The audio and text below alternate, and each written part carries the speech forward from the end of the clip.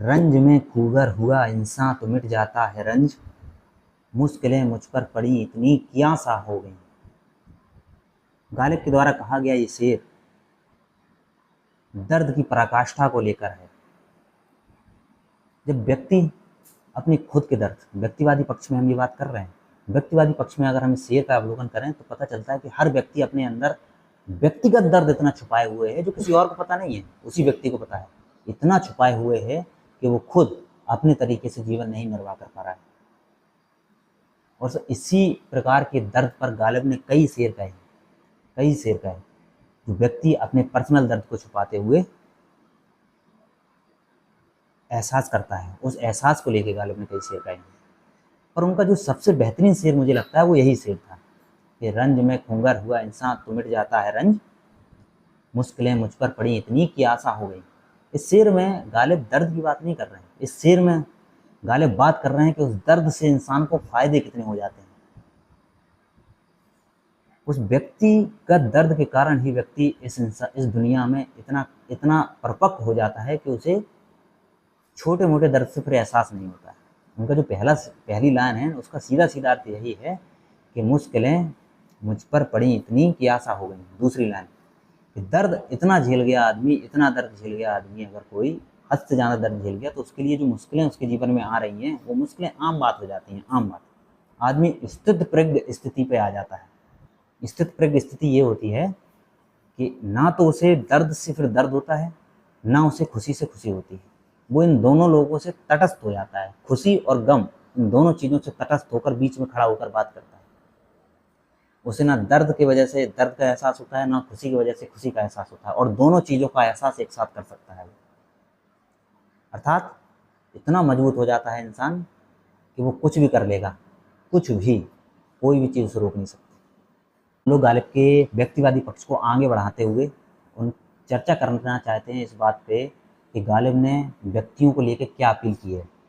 गालिब के कहे गए शब्द, शेर, शायरी, गज़ल या उनके तंज हमेशा से लोगों से अपील करते रहे हैं कि उन्हें किस तरीके का जीवन जीना चाहिए, व्यक्तिवादी पर्सनल रूप से किस तरीके से जीवन जीना चाहिए। क्योंकि इस समय क्या हो रहा है, इस समय लोग केवल दूसरे लोगों की बातों को वैलिडेट करने में लगे हुए हैं, या तो उन्हें सही सिद्ध करने में लगे हुए हैं, या दूसरे लोगों की बातों को गलत सिद्ध करने में लगे हुए हैं। होता क्या है कि हम जब किसी को अपना आइडियल मान लेते हैं, एक अपना मार्गदर्शक मान लेते हैं, तो कोशिश करते हैं कि उसकी बातों को सिद्ध करने में लग जाएं। उसने जो भी कहा है वो सही कर बताने में लग जाएं, सबको, सबके सामने सिद्ध करने में लग जाते हैं कि नहीं उसने बात सही कही। और अगर हम किसी को अपना आइडियल की जगह उल्टा मान लेते हैं, दुश्मन मान लेते हैं, या उसके विचारों से सहमत नहीं होते हैं, तो हम उनके विचारों को काटने लग जाते हैं। भले ही उसने विचार अच्छे कहे हों, लेकिन हम काटने लग जाते हैं, क्योंकि मैं मानता हूं कि वो गलत है तो मैं उसके सारे विचार काट दूंगा।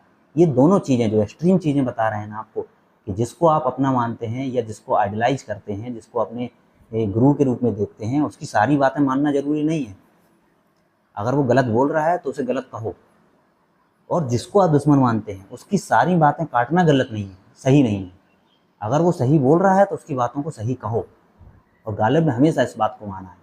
हो सकता है समाज इससे आपसे रुष्ट हो जाए, हो सकता है आपके अपने इससे रूठ जाएं, हो सकता है कि आपके विचार सुनना पसंद ना करे कोई, हो सकता है आप समाज में अकेले पड़ जाएं, हो सकता है खुद आपको लगने लगे कि आपके जो विचार हैं वो आपको दुनिया से अलग कर रहे हैं, या आपको एकांत में नहीं अकेलेपन में ले जा रहे हैं। हो रहा है, हो जाने दो ये सब, पर अपने मूल व्यक्तित्व पे बना रहना आदमी का दायित्व है, कर्तव्य है ये, कि आप जैसे हैं वैसे रहें, दूसरों की अपेक्षाओं पर अपने जीवन को न बताएं। और इसी के चलते हुए गालिब की एक कहानी मुझे याद आती है कि रास्ते में जब गालिब बचपन में खेल रहे थे, बचपन से ही गालिब ऐसे थे कि वो अपने मूल व्यक्तित्व को कभी भी समझौता नहीं कर सकते थे। मूल व्यक्तित्व जो उनका था उनने हमेशा वैसा ही रखा है। बचपन में हुआ क्या, कंचे खेल रहे थे गालिब, तो रास्ते में एक बूढ़े आदमी निकला और गलती से दोनों लोग टकरा गए। तो गालिब के मुंह से एकदम निकल गया कि देख के नहीं चल सकते जनाब। और बूढ़े आदमी जो होते हैं ना, लीकें बना चुके हैं वो अपने पूरे जीवन की लीकें, वो इधर उधर नहीं भटक सकते हैं, भले ही वो गलत हों, पर उन्हें लगता है कि इस दुनिया में वही अंतिम सत्य जानते हैं, इसके अलावा कोई नहीं। तो बुजुर्ग आदमी ने उनसे कहा कि तमीज़ नहीं है बुजुर्गों से बात करने की। तब गालिब ने जो तंज कहा है उस तंज को गौर से सुनिए और समझिए।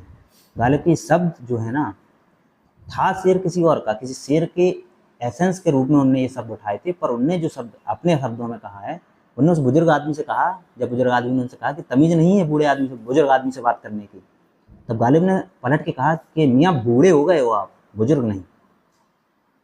इस लाइन पे गौर करना आप लोग, बूढ़े हो गए हो, बुजुर्ग नहीं। इसका अर्थ ये है कि आपकी उम्र बढ़ गई है, लेकिन दिमाग, सोचने का तरीका, लोगों को कुछ बेहतर देने का आपका नज़रिया, वो नहीं बदला। आप अभी भी उसी निकृष्ट नज़रिए से दुनिया को देख रहे हैं, आप अभी भी उसी छोटी सोच के साथ आगे बढ़ रहे हैं। आप बुजुर्ग नहीं हुए, बूढ़े हो गए हैं। आपकी उम्र बढ़ गई है, लेकिन आपका दिमाग आज भी उन्हीं रूढ़ियों में उलझा हुआ है, आज भी समाज को पीछे की ओर धकेल रहा है, आज भी आप समाज को पीछे से कॉलर से यहाँ से पकड़े हुए ऐसे खड़े हुए हैं, कहीं आगे ना बढ़ जाए समाज। तो कोशिश करें कि अपने आप को बेहतर बनाएं और अपने मूल व्यक्तित्व को कभी मत खोएं। उस समाज में जितना सकारात्मक रूप से योगदान कर सकते हैं करें। हो सकता है समाज आपसे रूठ जाए, हो सकता है व्यक्ति आपसे रूठ जाए, कोई हो सकता है आपके अपने आप से रूठ जाएं, कोई फ़र्क नहीं पड़ता है। 10 दिन बाद जब आप इस धरा पे नहीं रहेंगे, कुछ दिनों बाद जब वो इस धरा पे नहीं रहेंगे, तब आपके यही विचार जिंदा रहेंगे और आगे वाली पीढ़ियों को आगे बढ़ने के लिए रास्ता दिखाएं। व्यक्तिवादी पक्ष को लेकर गालिब का सबसे बेहतरीन शेर जो हमें अब तक का लगा है, जो हर इंसान को अपील कर जाता है शेर, वो है कि हज़ारों ख्वाहिशें ऐसी कि हर ख्वाहिश पे दम निकले, बहुत निकले मेरे अरमां लेकिन फिर भी कम निकले। ये हर व्यक्ति से जुड़ा हुआ शेर है और व्यक्तिगत रूप से जुड़ा हुआ शेर है, व्यक्तिगत रूप से जुड़ा हुआ शेर है, क्योंकि हर व्यक्ति की अपनी अपनी ख्वाहिशें अलग होती हैं और उन्हीं ख्वाहिशों के जद्दोजहद में पूरा जीवन निकाल देता है व्यक्ति, और उस पूरे जीवन का निचोड़ है शेर में। उन्हीं ख्वाहिशों से जुड़ा हुआ, ख्वाहिशों में मरते गिरते उठते बैठते चीज़ों को करना और ना करना, सब चीज़ें ख्वाहिशों के ऊपर डिपेंडेंट करती हैं हर आदमी की, और उसी सब चीज़ों को मिला के ये शेर कहा गया है कि पूरे जीवन का निचोड़ है कि हज़ारों ख्वाहिशें ऐसी, आदमी अपने जीवन में हज़ारों ख्वाहिशें सोचता है कि यार ये करेंगे ये करेंगे ये करेंगे ये करेंगे, हज़ारों ख्वाहिशें ऐसी कि हर ख्वाहिश पे दम निकले, और उन हज़ारों ख्वाहिशों को लेकर मरने तक के लिए तैयार है, जी जान लगा देता है आदमी। बहुत निकले मेरे अरमां लेकिन फिर भी कम निकले। इसका अर्थ ये है कि कुछ ख्वाहिशें पूरी भी हो जाती है इंसान की, लेकिन हो सकता है जायज़ ख्वाहिशें जितनी होनी चाहिए पूरी उतनी हो भी गई उसको पूरी, लेकिन इतना लालच लोलुप इंसान है इस दुनिया में ख्वाहिशों को लेके कि उसको लगता है कि अभी भी ख्वाहिशें पूरी हुई नहीं, और इसी जद्दोजहद में पूरे जीवन अपनी ख्वाहिशें पूरी करने के चक्कर में लगा रहता है और अंत में